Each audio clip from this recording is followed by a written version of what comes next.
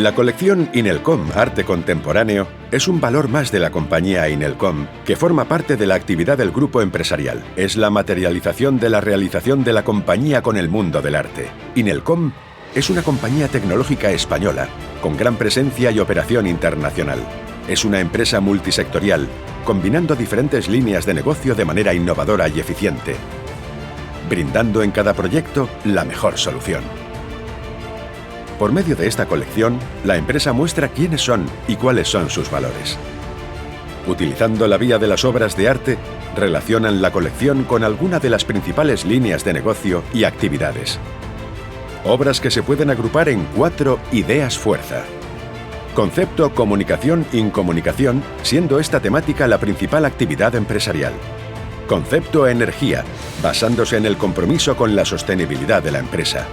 Concepto memoria como nexo, fomentando la cultura propia junto con la recuperación del patrimonio histórico. El arte como modo de conocimiento frente al olvido. Concepto medio natural, fuerza, vida y paisaje, donde se muestra el desarrollo de soluciones sostenibles. La colección la forman un total de 403 obras, realizadas por 113 artistas de 35 países. Fiel reflejo de la vocación internacional de la compañía. Las obras están realizadas por diferentes técnicas como fotografía, pintura, instalación, dibujo, filme, vídeo y escultura.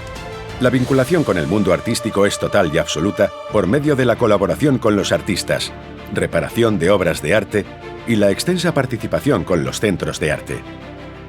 Por su incondicional compromiso con la sociedad mediante el apoyo, mecenazgo y colaboración con los artistas fomentando la cultura, la colección Inelcom Arte Contemporáneo recibe el premio Kulturplaza 2022.